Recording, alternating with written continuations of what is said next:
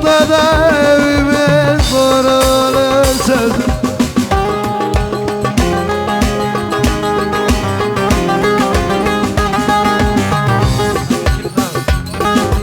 Melih biliyor. Sen orada ben burada nasıl yaşarım? Hele Türkmen oğlu Güldar Pıyadır, aman Türkmen oğlu bu çötüye doğru.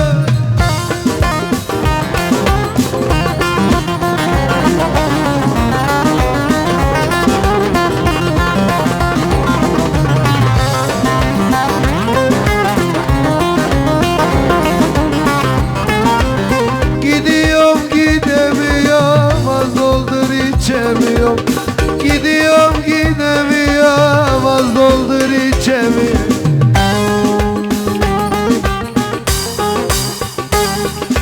Hay yavrum ha? Sen benden geçtin ama ben onsuz edem. Hele Türkmen oğlu Akkuzulu'ya doğru, aman Türkmen oğlu gel bu yana doğru.